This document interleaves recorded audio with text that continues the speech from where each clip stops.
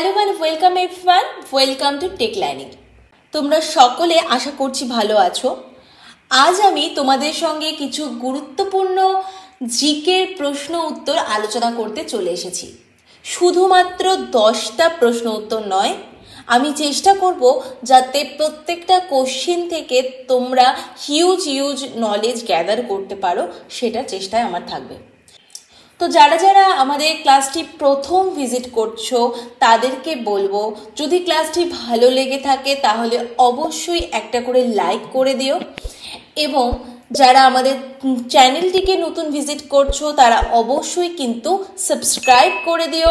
আমরা ANM GNM 2024-এর জন্য কিন্তু রেগুলার ক্লাস নিয়ে আসতে শুরু করে দিয়েছি।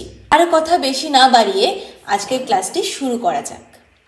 প্রথম প্রশ্ন, ঘূর্ণিঝড় ইয়াস নামকরণ করেছে নিম্নের কোন দেশ?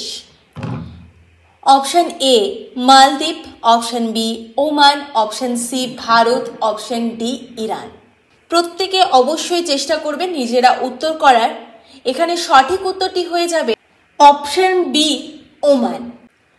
কিনোটস থেকে আমরা কিছু জেনে নেব কিছু গুরুত্বপূর্ণ ঘূর্ণিঝড় এবং সেই ঘূর্ণিঝড়গুলোর কোন কোন দেশ নাম দিয়েছিল।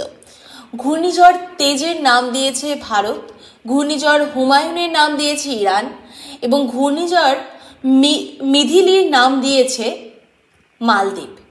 আর অবশ্যই যারা নতুন ভিজিট করছো আমাদের চ্যানেল, তোমরা অবশ্যই কিন্তু পিডিএফ এবং বিভিন্ন ক্লাস আপডেটের জন্য আমাদের হোয়াটসঅ্যাপ চ্যানেল, হোয়াটসঅ্যাপ গ্রুপ এবং টেলিগ্রাম চ্যানেলে অবশ্যই যুক্ত হয়েছেও। সব কিছুর লিঙ্ক তোমরা ডেসক্রিপশনে পেয়ে যাবে। নেক্সট, রেলওয়ে বোর্ডের নতুন চেয়ারম্যান ও সিইও নিযুক্ত হয়েছে নিম্নের কে? Option A Jagdeep Singh, option B Sunit Sharma, option C VK Tripathi, option D Anil Kumar Lahoti.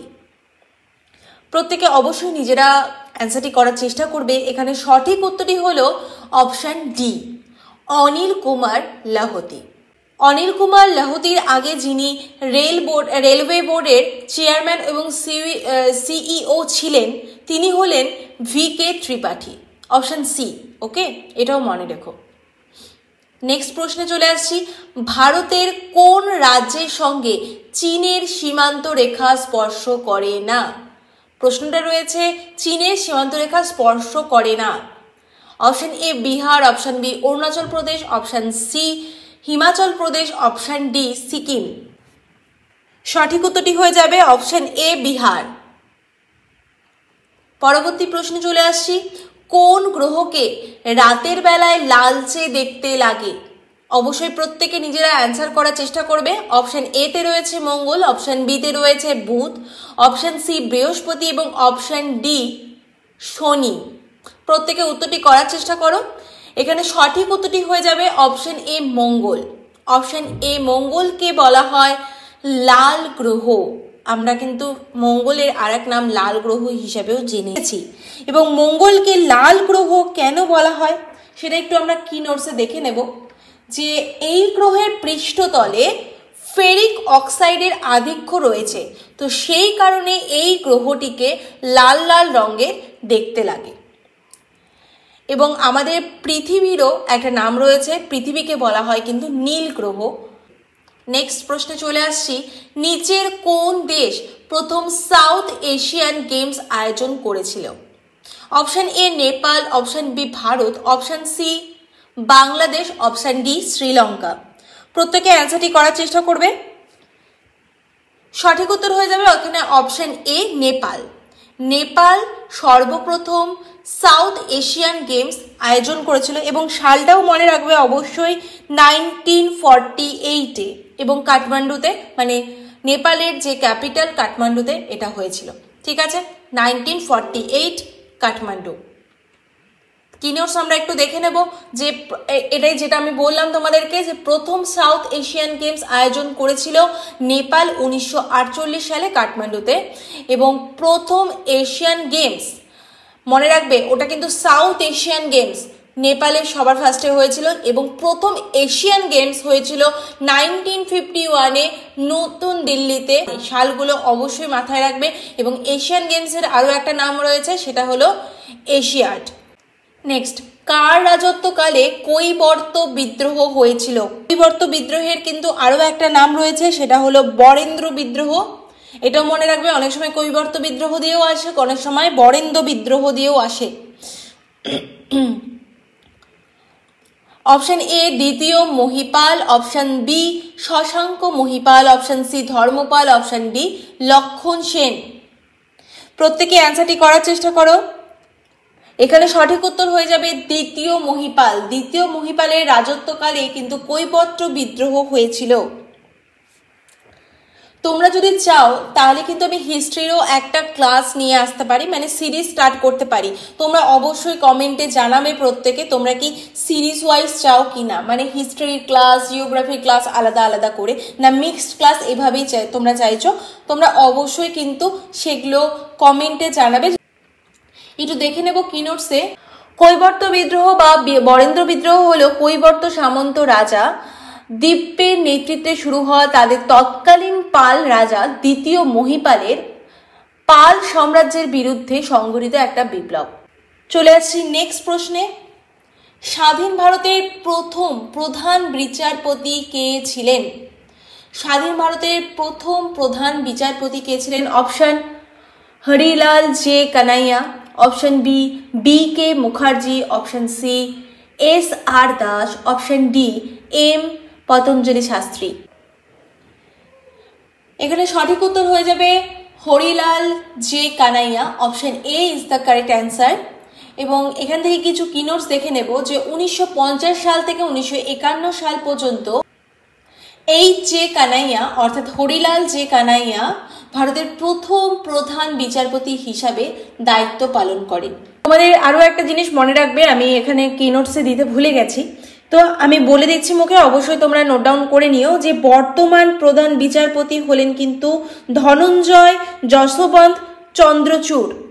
তিনি ভারতের 50তম বিচারপতি। ঠিক আছে, নামটা অবশ্যই মনে রাখবে। বর্তমান বিচারপতি হলেন ধনঞ্জয় যশবন্ত চন্দ্রচূড়। নেক্সট প্রশ্নে চলে আসছি আমরা। কর্কটক্রান্তি ভারতের কোন রাজ্যের ওপর দিয়ে অতিক্রম করেনি? ভিভিআই একটা প্রশ্ন, very very important. Option A Mizoram, option B Paschimbanga, option C Gujarat এবং অপশন ডি উত্তরপ্রদেশ। এটাই কথা বলছি, তোমরা যদি মনে করো যে স্পেসিফিক ক্লাস চাও তাহলে অবশ্যই কমেন্টে জানাবে। জিওগ্রাফির ওপর, হিস্ট্রির ওপরে, সংবিধানের ওপরে আমি তাহলে এক্সট্রা করে স্পেসিফিক ক্লাস নিয়ে আসবো। তো অবশ্যই তোমরা কমেন্টে জানাবে তোমরা স্পেসিফিক ক্লাস চাও কি না, নাকি এরকমই মিক্সড ক্লাস চাও। চলো, কর্কটক্রান্তি ভারতের কোন রাজ্যের ওপর দিয়ে অতিক্রম করেনি? Option A Mizoram, option B Paschimbanga, option C Gujarat, option D Uttar Pradesh. এখানে সঠিক উত্তর হয়ে যাবে উত্তরপ্রদেশ, অপশন ডি। উত্তরপ্রদেশের ওপর দিয়ে কর্কটক্রান্তি অতিক্রম করেনি।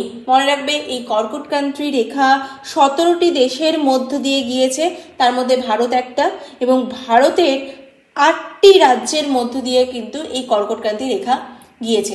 এই 8টি রাজ্যের নামও তোমরা একটু দেখে নাও। গুজরাট, রাজস্থান, মধ্যপ্রদেশ, ছত্তিশগড়, ঝাড়খণ্ড, পশ্চিমবঙ্গ, ত্রিপুরা এবং মিজোরাম। এই 8টি রাজ্যের মধ্য দিয়ে কিন্তু কর্কটক্রান্তি রেখা গিয়েছে। অবশ্যই প্রত্যেককে বলবো একটা করে স্ক্রিনশট তুলে নাও অথবা খাতায় নোট ডাউন করে নাও। এই 8টা নাম কিন্তু তোমাদের ঠোঁটের আগায় রাখতেই হবে। নেক্সট, ভারতের একটি অন্তর্বাহী নদী হলো?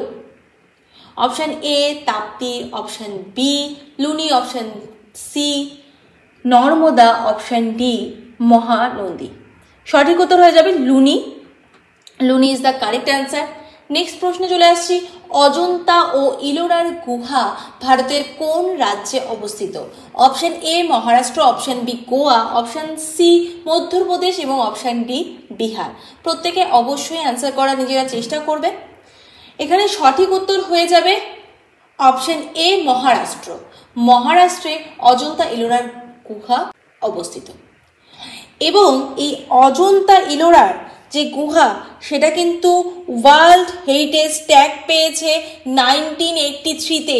অবশ্যই প্রত্যেকে খাতায় নোট ডাউন করে নাও, ভেরি ভেরি ইম্পর্টেন্ট একটা পয়েন্ট, যে অজন্তা ইলোরার গুহা ওয়ার্ল্ড হেরিটেজ ট্যাগ পেয়েছে 1983-তে।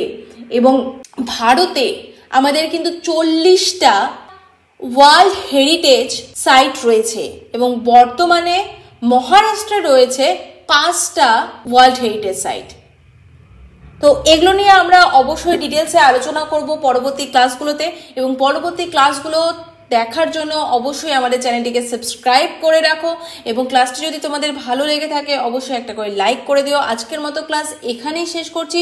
সকলে ভালো থেকো, সুস্থ থেকো, দেখা হবে নেক্সট ক্লাসে। আমাদের ক্লাসের বিভিন্ন আপডেট পেতে অবশ্যই আমাদের টেলিগ্রাম চ্যানেলে যুক্ত হয়ে যাও। টেলিগ্রাম চ্যানেলের লিঙ্ক তোমরা ডিসক্রিপশনে পেয়ে যাবে, এবং হোয়াটসঅ্যাপ গ্রুপেও তোমরা জয়েন হয়ে যেতে পারো। বিভিন্ন পিডিএফ এবং স্টাডি ম্যাটেরিয়ালস সেখানে প্রোভাইড করা হয়।